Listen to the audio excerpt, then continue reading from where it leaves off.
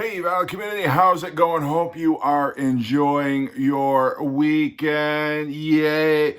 Okay, I am doing a video today because I was actually inspired because one of my best friends in the vinyl community, Chris Profi, was showing some CDs. By the way, fantastic video. Please, if you have not checked it out yet, he just posted it earlier this morning, and it is called the CD Revival. And Chris is talking about the fact that he still collects CD, as do I, still collect CDs. And he was showing some recent CD purchases that he had made. And one of the CDs that he showed happened to be Roxy Music. And so I was thinking about Roxy Music all day long because Chris happened to pick up the CD Country Life, and he said it was his first Roxy Music CD, and all day long it's kind of been in the back of my head like, oh my God, he should get this one, he should get that one. Roxy Music is awesome. So I've just kind of been in a Roxy Music mood all day long, and so I wanted to do a video just show my Roxy Music CD collection, because why not? What have you got better to do? Obviously, if you're watching my video, you must not have anything valuable to do with your time. But anyway, I'm going to show my Roxy Music CD collection. I don't have every Roxy Music CD, but I'll show what I have, talk a little bit about each one. And so Roxy Music, where do I even start? Roxy Music, they started in the early 1970s, and the basic members, you've got obviously the fantastic Bryan Ferry on vocals, who influenced an entire generation of new wave vocalists. Were trying to mimic Bryan Ferry, one of the greatest new romantic, if you will, vocalists of all time. You've got Phil Manzanera, or however you pronounce his name, who was on keyboards. You had Andy McKay. You had, of course, the Brian Eno influence, who he was only on there a couple of albums, but still, he was part of that core, the original lineup of Roxy Music. And there was nothing like Roxy Music on the radio in the early 1970s. Roxy Music, they were incorporating the best of the Velvet Underground, the best of David Bowie. They invented punk rock, and I know everybody's like, oh, it was the Ramones who invented punk rock, or the New York Dolls. I beg to differ. I will tell you, listen to any of the early Roxy Music albums. It is entirely punk rock. There is stuff on there that is so experimental, stuff that will blow your mind. So let's get into it, shall we? This is the first Roxy Music album. They're self-titled, and the thing about Roxy Music albums that if you don't appreciate the music, you will definitely appreciate the cover art. They have voluptuous models on practically every single album that they release, particularly their early ones. This is a reissue, and the thing that's kind of irritating to me is they try to make it look, the CD, try to make it look like, oh, it's a vinyl record. Isn't that so cute? It's a vinyl. Well, it doesn't look like anything. It's like kind of silly. I mean, I get what they were going for, but at the same time, it's like, okay, this is not what the original album looked like. I understand it's so cute. You're making a CD look like a record. How precious. But anyway, I'm not here to talk about the CD packaging, but anyway, I'm here to show you, it's almost like a spread here. But anyway, listen to this album and tell me Roxy Music didn't invent punk rock. This album will blow your mind, I'm telling you. I mean, even the beginning, to remake, remodel, it's like, what in the hell is this? What am I listening to? And I remember putting it on for the first time and being like, okay, like there's a defect in this CD, or I've got it, there's something wrong. This is not how this song can starting out. This cannot be how this album began, but yes, it is. But you got Bryan Ferry, and if you're just only familiar with like the late Bryan Ferry, either his later solo work from the 80s or Roxy Music Avalon, he's singing in a different register, singing a little bit different than, he kind of refined his vocals over the years. But holy cow, this is an amazing, amazing album. Maybe not one of the best debuts of all time, but definitely Roxy Music came out swinging with this album. Great debut. And like I say, nothing could have prepared the music buying public or even radio listeners. And I don't know, I can't imagine any of their stuff getting onto the radio because it's just so out there. But, you know, just amazing. When did this album come out? When did it?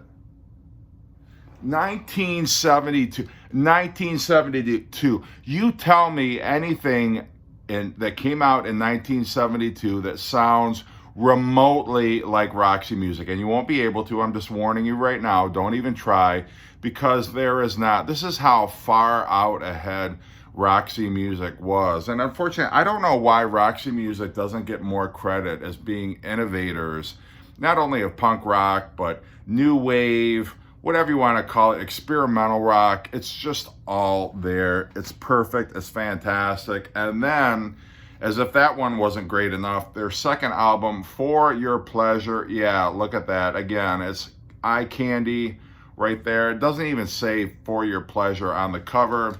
You have to flip it over.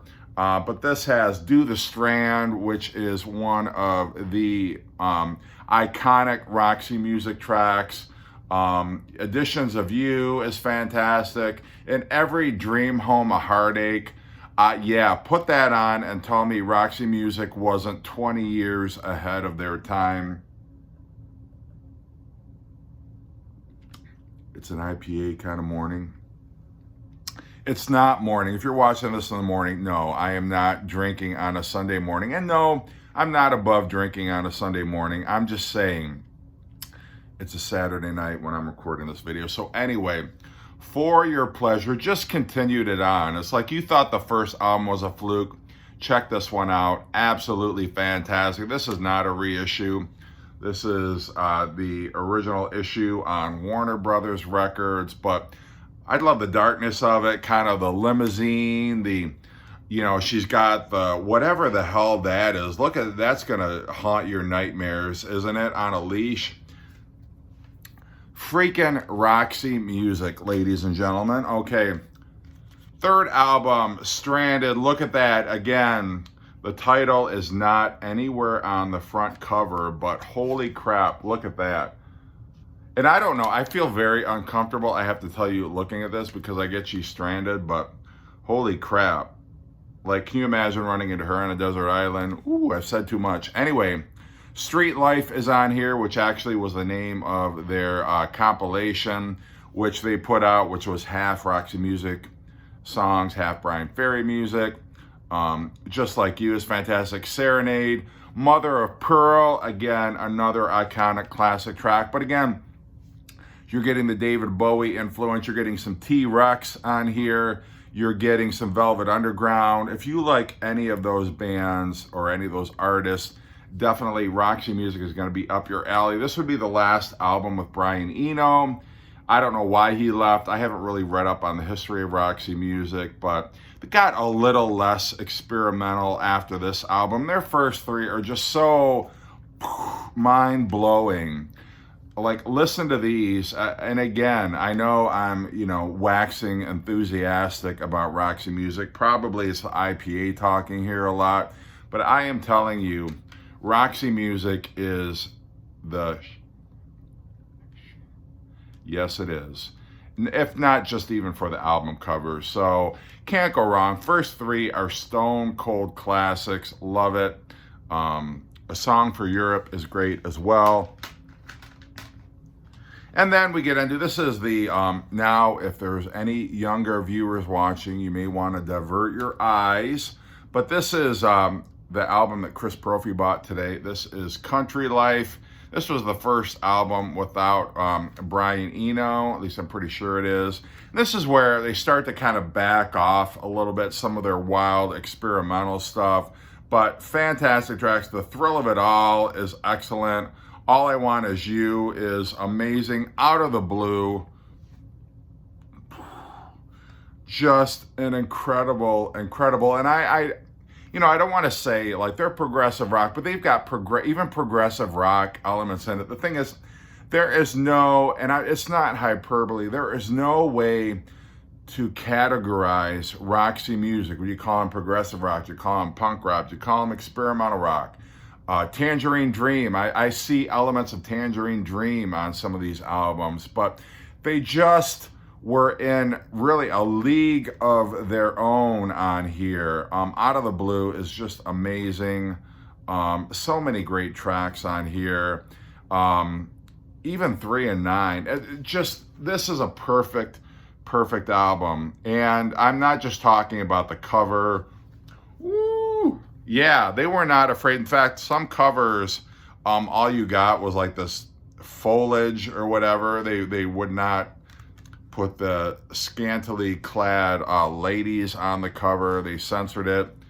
This is a reissue, so you got the goofy looking. It's an album. No, whatever. Anyway, I'm not going to go on about that, but that is a reissue. And then this next album is in my top 20 albums of all time. The amazing, I present to you, Siren. Jerry Hall on the cover, who was dating Mick Jagger at the time. Oh my God. This is actually, if you want to get into Roxy music, and you're like, I'm not sure I want to go into all that experimental Brian Eno era stuff from Roxy music, I would suggest you start here. This was actually the first Roxy music album that I ever heard. And I remember it was on late night radio, and they played the album from start to finish. And I whipped out I had a blank cassette, and I recorded it off the radio. This album blew my mind, and this was in the 1980s. So it starts off with Love is the Drug, which is almost kind of like a disco song a little bit. You've probably heard it. If you've never heard any other early Roxy music song, you've probably heard Love is the Drug at least. So that's kind of very poppy. And then the next track, End of the Line, is just a perfect pop song. But what I love about it is it's just got elements that Roxy music had never shown before. And it's like piano, drums, bass. It's a nice little, kind of lazy little rocker. And then it starts to segue. And this is my favorite part of the album. The end of the line, you've got this piano. Do, do, do, do, do, do, do, do, do, do.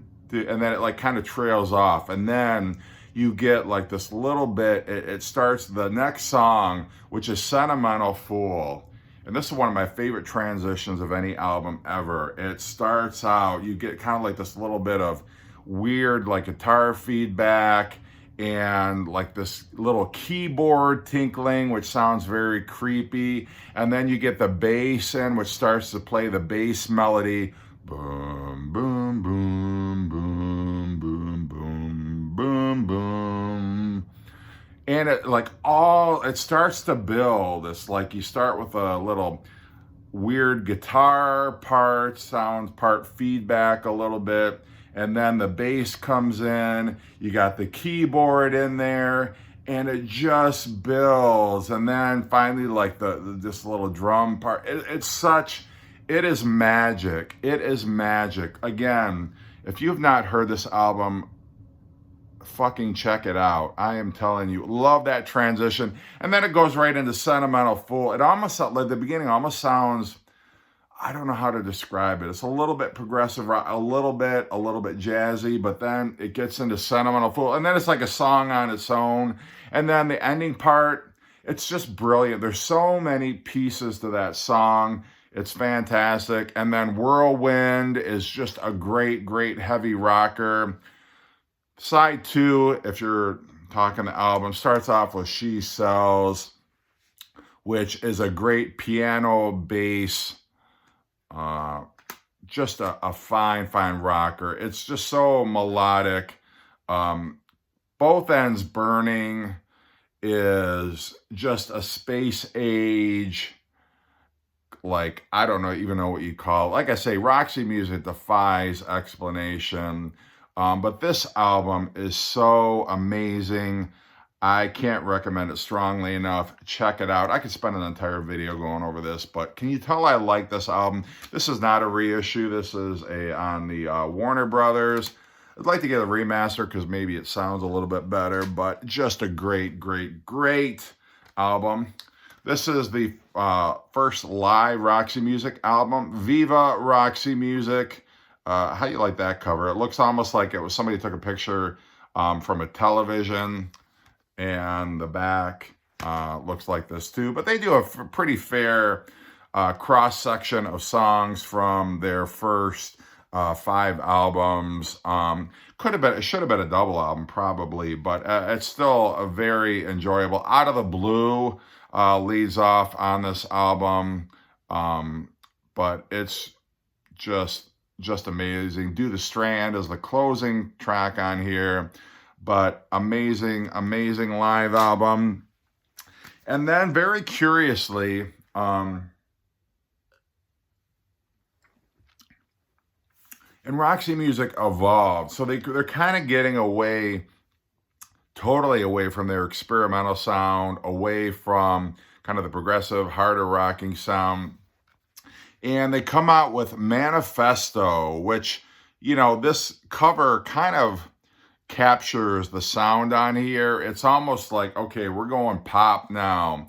And I don't mean that in a bad way. You've got Angel Eyes on here, which is just a classic bit of, I don't want to call it disco, although it's kind of got like a disco beat. Amazing on here. Dance Away, you probably heard that.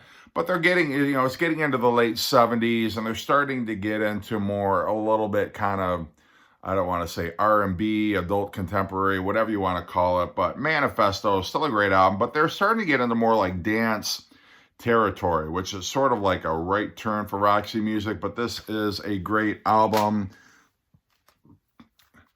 And then Flesh and Blood, great album. This would sort of almost like point the way to the new wave, new romantic movement. You've got In the Midnight Hour, which is a cover of the Wilson Pickett song, which leads it off their interpretation. Oh Yeah, which is kind of a softer ballad. But Brian Ferry now, his voice is definitely different than it was before. He's trying to sound a little more sexy, a little more eloquent than he was before.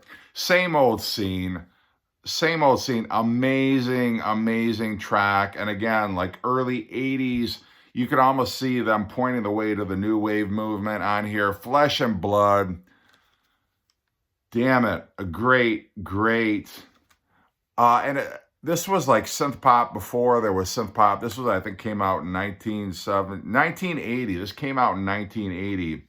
But it's classic, sort of like the end period Roxy Music. They do a version of 8 Miles High on here. Yes, the Birds track.